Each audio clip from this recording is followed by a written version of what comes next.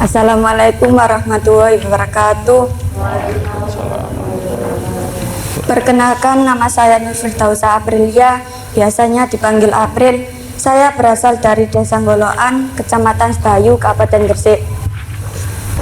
Di sini saya berstatus sebagai siswi kelas 12 SMK Darul Qolam yang bertepatan di Desa Sekapuk, Kecamatan Ujung Pangkah, Kabupaten Gresik.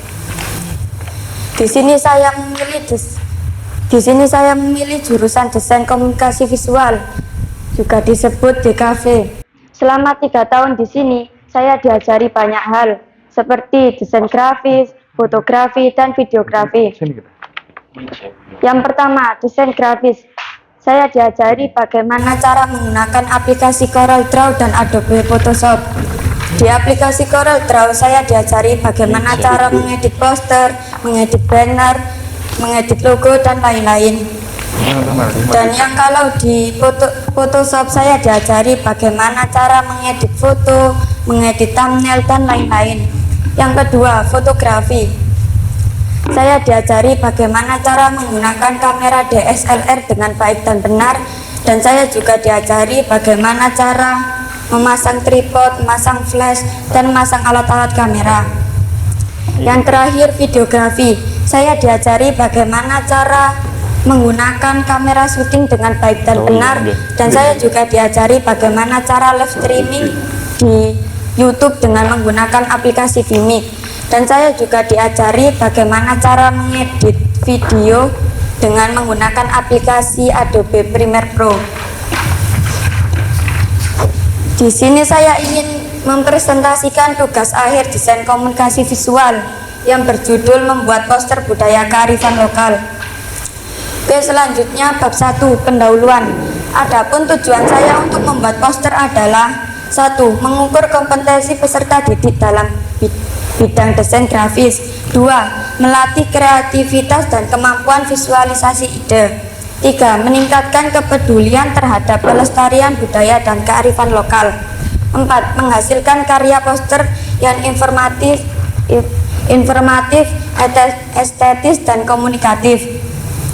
Oke, ketika saya sudah menentukan tujuan, selanjutnya bab 2, praproduksi. Di praproduksi ini ada tema, ada sinopsis, ada sketsa, dan ada alat dan bahan serta anggaran biaya. Yang pertama, tema. Sesuai dengan ujian saya mendapatkan paket 4 yang bertema membuat poster budaya kearifan lokal. Selanjutnya yang kedua, sinopsis. Sinopsis itu ringkasan alur cerita yang saya buat. Sinopsis saya, di sebuah kedai yang bernama Numani, sepiring mejebol lahir dari racikan pedas yang berani. Lalu datang Marsus, gurih yang menenangkan dengan perpaduan mie dan usus yang pedas. Saat rasa mulai nyaman, Mister hadir memberi kejutan yang sangat manis dan banyak dinikmati. Tak berhenti di situ, udang keju masuk seperti bintang gurih dengan perpaduan udang dan keju leleh yang kaya rasa. Terakhir, wonton jadi penutup sempurna, klipnya memberi kontras, menyempurnakan setiap suapan satu mangkuk. 5 karakter rasa pedas, gurih, manis, lezat, dan renyah bertemu dalam cerita yang bikin balik lagi ke suapan pertama. Oke, selanjutnya yang ketiga, sketsa. Sketsa itu rancangan saya sebelum saya membuat poster atau sebelum saya mengedit di CorelDRAW.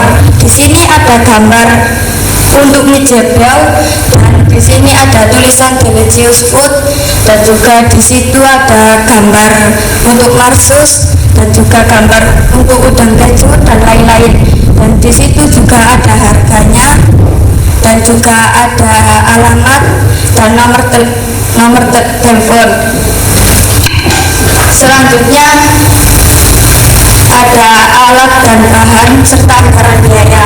Di sini saya menggunakan alat 2, yaitu perangkat keras hardware dan perangkat lunak firmware. Di perangkat keras saya menggunakan 1 CPIC CPU dengan spesifikasi Intel Core i7. 2. Kamera foto dengan spesifikasi Canon 1200D. Ketiga, mouse. Keempat, keyboard. Kelima, monitor. Keenam, SD card. Ketujuh, penghapus. Ke-8, penggaris. Ke-9, pensil. Ke-10, buku gambar. Di perangkat lunak saya menggunakan 1. CorelDRAW untuk membuat poster. 2. Adobe Photoshop untuk mengedit produk saya. Selanjutnya, bahan dan anggaran biaya.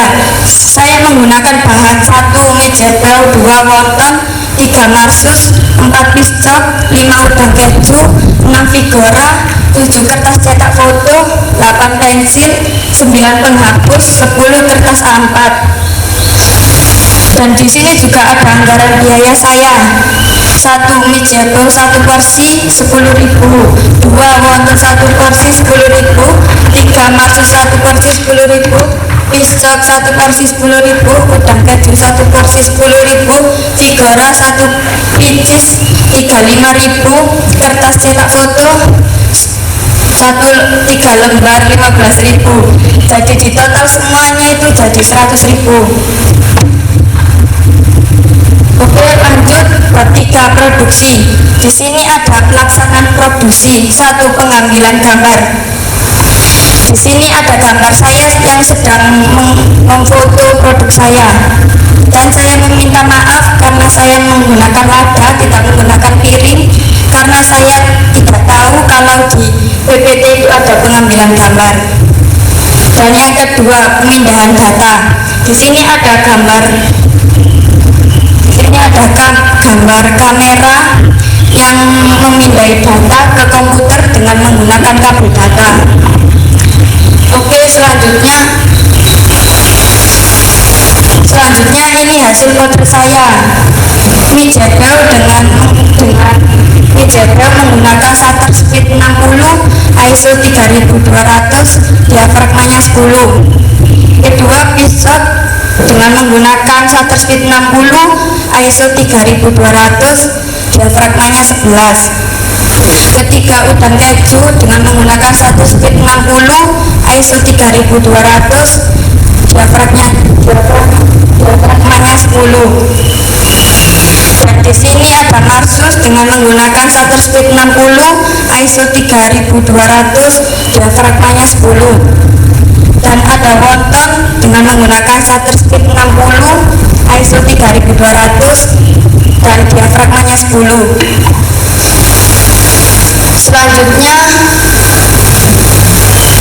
Selanjutnya proses editing. Pertama saya membuka Corel, lalu saya membuat lembar kerja dengan menggunakan ukuran 30 sama 45 dengan resolusi 300. Lalu saya memberi bentuk persegi panjang, lalu saya kasih warna dengan saya gradasi, dan lalu saya membuat lingkaran, dan lalu saya mengambil produk saya, dan terus saya tempelkan di situ dengan menggunakan power clip, dan saya memberi teks dengan font itu, dan seterusnya. Oke, proses cetak. Di sini ada gambaran saya yang sedang mencetak hasil produk saya. Karena di sini tidak ada cetakan, jadi saya cetak di luar. Oke, selanjutnya bab 4, pasca produksi. Evaluasi hasil produksi. Pada tahap ini akan dievaluasi mulai dari foto sampai cetak apakah sesuai dengan yang diinginkan, dan jika mengalami kesalahan maka akan dilakukan perbaikan. B. Proses setting. Pada tahap setting akan dilakukan pemotongan kertas sesuai dengan ukuran figura yang akan ditempelkan. Jadi sebelum saya tempelkan, saya gunting dulu apakah pas atau tidak. C. Proses cetak printing dari hasil editing foto. D. Proses menempelkan. Pada tahap ini proses menempelkan sesuai dengan ukuran yang sudah ditentukan. Oke, selanjutnya, dan ini hasil poster saya. Hampir ya. Sekian dari saya, bila ada salah kata saya meminta maaf. Oke, Bapak penguji, bila ada pertanyaan monggo saya persilakan.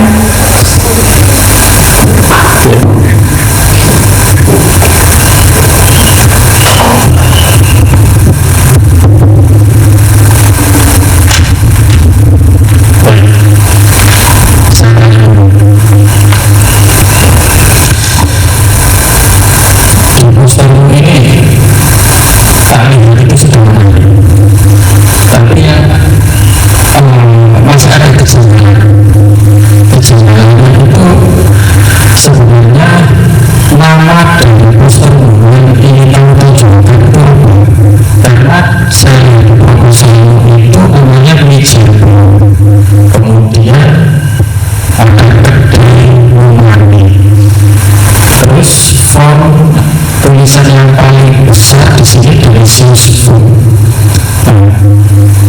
Saya bingung. Sebenarnya ini meja kedai Mani atau delicious food? Kedai Mani. Di proposal kok meja dipastikan dulu yang mana ini?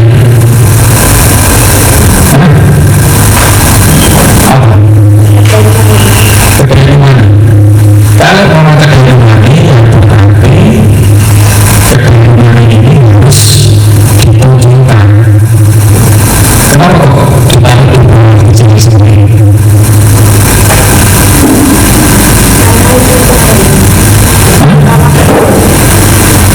Nama kedainya. Kamu ini promosi nama kedainya atau nama mie-nya? Kalau nama mie-nya berarti meja itu ditulis di sini yang paling besar. Meja bisa dapatkan di kedai Mani atau yang kamu tunjukkan kedai Mani, berarti tulisnya yang besar kedai Mani menyediakan ada meja, kemudian stok dan lain sebagainya. Jadi orang ketika melihat poster, oh ini tempatnya ada di kedai Mani. Sekilas orang lihat ketika poster ini, dia dibaca kan delicious food. Delicious food kan ya kata kamu biasa saja, kamu branding namanya. Sedangkan yang kamu tunjukkan, yang ingin kamu kenalkan adalah kedai Mani. Ini kita ada di proposal komisi.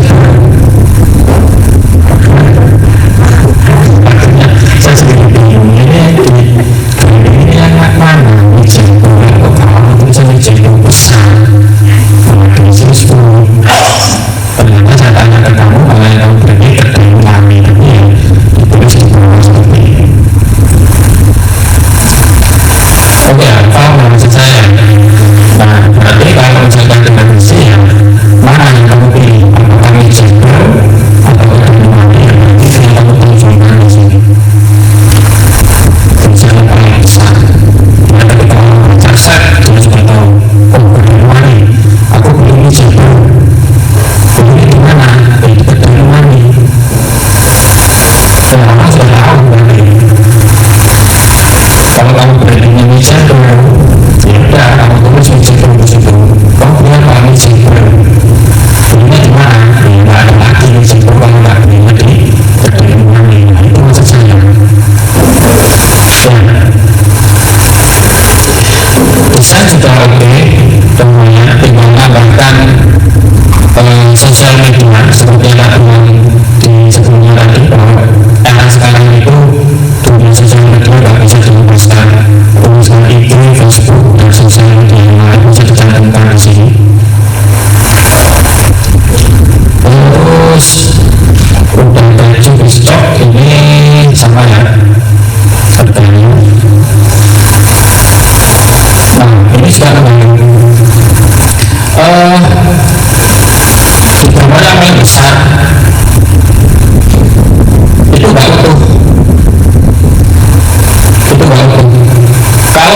saran saya itu difoto senatural mungkin dengan seperti yang tak bilang tadi, bahwa dikonsep dulu fotonya, dilihatkan semuanya, kemudian nanti backgroundnya taruh semua dan diberikan sedikit bisa ya, diberikan sedikit yang kelihatan semua, karena terpotong ini gak enak akhirnya melihatnya terprop lingkaran seperti itu, gak enak dilihat.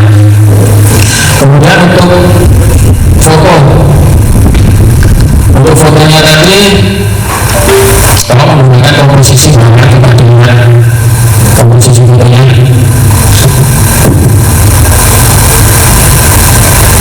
Nah, oke. Di sini apakah sudah sesuai? Sebentar. Sebab background hitamnya kamu hapus ya, ya. Kenapa kamu hapus? Dimasukkan aja.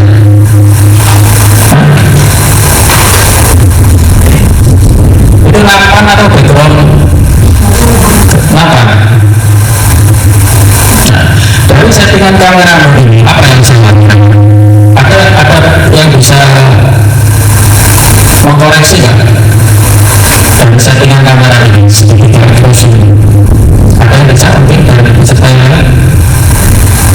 Kemudian hampir sama, shutternya 60, ISO-nya 3200, sama semua kan? Yang berbeda hanya diafragmanya saja 10, 11, ada yang 10, ada yang 11. Kira-kira kalau koreksi ini bisa dirubah kayak gimana? Ada yang bisa jawab nggak? Pak, harusnya ininya segini, harusnya ininya segini. Kira-kira bisa dikoreksi?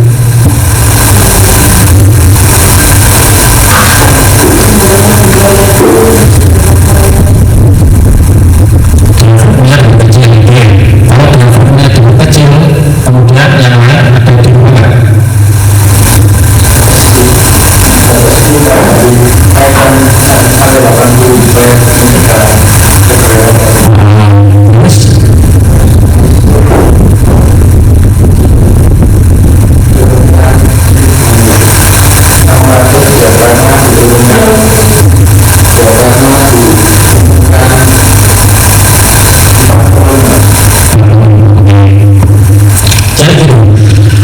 Pemilihan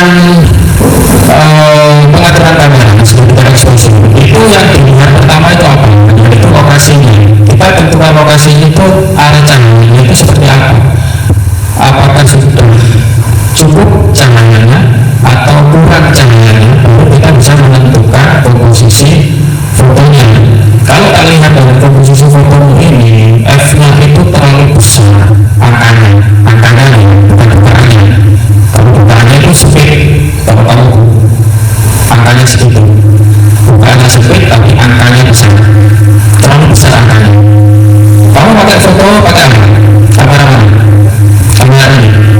Kamera ini pakai lensa tip, berarti bisa diturunkan diafragmanya itu paling kecil angkanya berapa?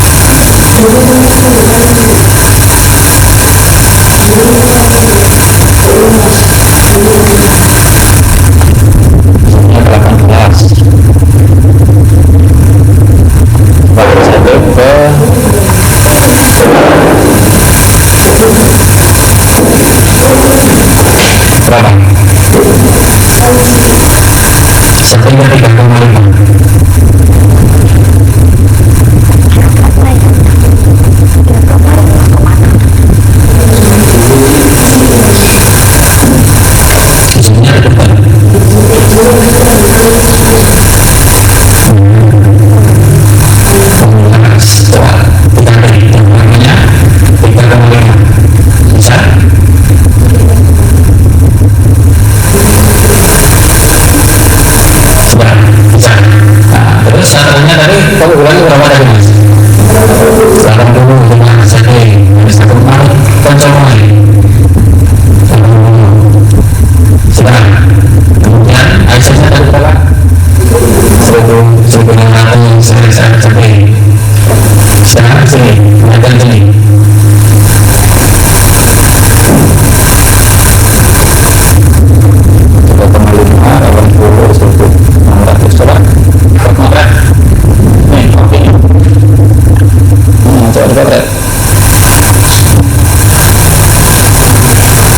Pakai eye angle, sejajar dengan objek, posisinya sejajar dengan objek, jangan high angle, eye angle, posisinya sama dengan mata, sejajar.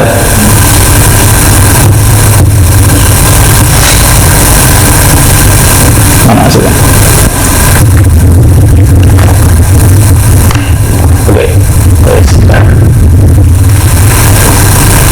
Sudah ya, setting bisa setting kamera enggak, jadi setting kamera itu tergantung yang pertama kita lihat apa caranya dulu. Kita mau potret itu di mana, kalau di luar sama di dalam itu berbeda komposisinya ya, jadi kita harus tentukan gimana kita foto dulu, lalu menentukan untuk sisi yang penting kamu sudah tahu. Jadi ketika di luar ya hati komposisi.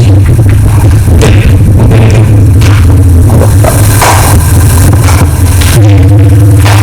Ini yang bagi kantor cetakan sebenarnya besar. Semuanya ada.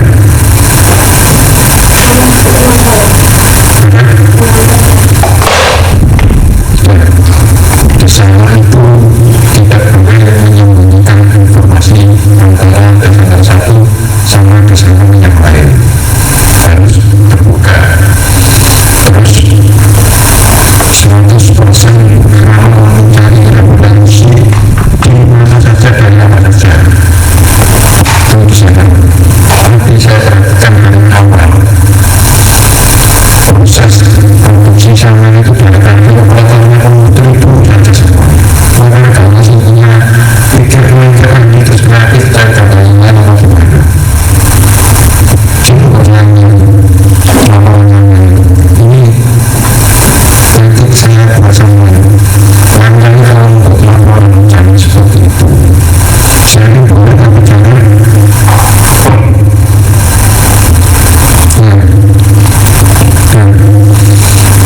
sekarang tanyakan desainer itu yang diperhatikan pertama adalah gambar kerjanya yang ditentukan terlebih dahulu gambar kerjanya. Setelah itu kita pikirkan desain itu sketsanya seperti apa. Sudah di sini saya lihat banyak ruang-ruang yang kosong. Kenapa tidak sama memanfaatkan hanya ada simbol-simbol food saja tentunya.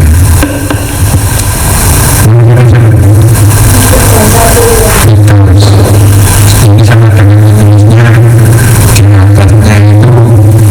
di atasnya itu jenis kelamin perempuan, terus setelah itu di bawahnya lagi ada anaknya siapa, terus di bawah lagi itu ada alamatnya. Jadi saya tidak jelas tentang alamatnya siapa. Seperti yang disampaikan oleh Pak Heri, saya sampaikan juga tanpa lupa kalau saya punya foto seperti ini kan yang atas ini kan kenapa harus dipotong, harus dipotong bulan, padahal yang dibikinkan kanvas terus transparansi gambarnya sama besarkan nanti dikasih gambar-gambar yang lain itu bukan kayak ini kan lebih baik semua besarkan nggak apa-apa, terus degradasi dari sini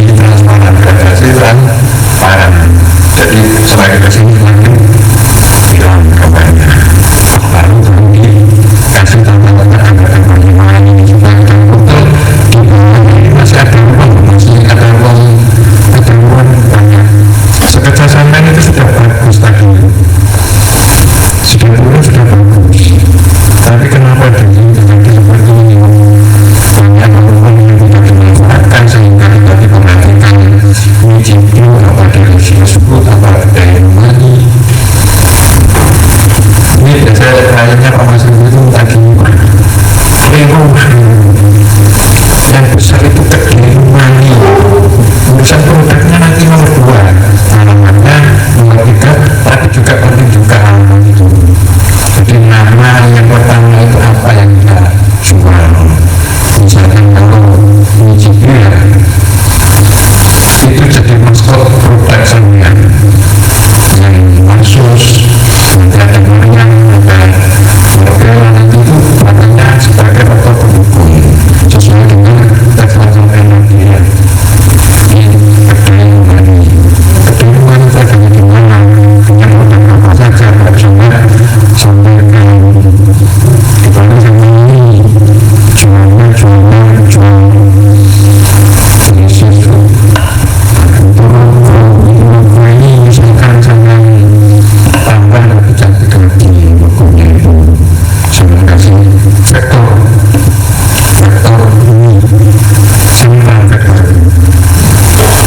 itu gambar tapi enggak tadi terdiri dari garis bukan dari titik-titik. Jadi ini gunanya sama diajarkan orang kalau sama Photoshop apa fungsi utama mereka yang telah dijelaskan. Fungsi utamanya kira-kira ya sama atau Photoshop juga itu saya nggak ada ini mengenai kita diajarkan sama model aku takkan apa fungsinya panjang kan menurut apa fungsinya saya punya memang benar tapi ada spesifikasi tertentu. Orang itu sebuah aplikasi apa digital apa sih digital picture apa digital image yang berbentuk vektor atau garis. Kalau ada Photoshop aplikasi digital image yang berbasis dengan titik-titik, perbedaannya di skala resolusi. Kalau sampean membuat vektor itu berukuran 1 cm, ketika sampean tarik menjadi 100 atau 1000 cm, resolusinya tidak akan berubah. Tapi kalau sampean membuat itu di aplikasi yang berbasis bitmap, sampean bikin 10 cm, sampean tarik 100, sampean tarik 100 meter saja sudah nampak pecahan. Itu jangan sembarangan. Jangan sudah sesuatu belajar itu jangan apa fungsinya kita kok menggambarnya di komputer, karena komputer adalah sebuah aplikasi digital image yang berbasis seperti punya kerjanya boleh. Ini ada bedanya orang yang sekolah. Pak Mas ini nggak sekolah Di desain grafis itu nggak sekolah. Jadi sampean harus lebih pintar daripada Pak Mas Rufi untuk berdalil. Ya, harusnya itu lebih sampean yang lebih pintar berdalil. Soalnya Pak Mas Rufi itu dulunya autodidak. Kalaupun saya Pak Mas Rufi belajar itu karena tuntutan, tuntutan jenis dalil. Jadi Pak Mas Rufi itu sudah jadi desainnya baru gambar sketsa kalau saya itu. Gitu Mbak. Nah, jadi ini masukan untuk semuanya juga seperti yang disampaikan Pak Erik, tata letak harus diperhatikan. Tata letak itu juga meliputi tadi, kita optimalkan itu yang kita utamakan itu mereknya, apa alamatnya, apa jenis makanannya. Sekian, terima kasih.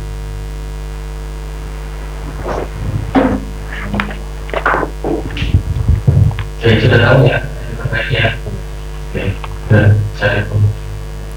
Oke, sekian dari saya. Bila ada salah kata, mohon dimaafkan. Assalamualaikum warahmatullahi wabarakatuh.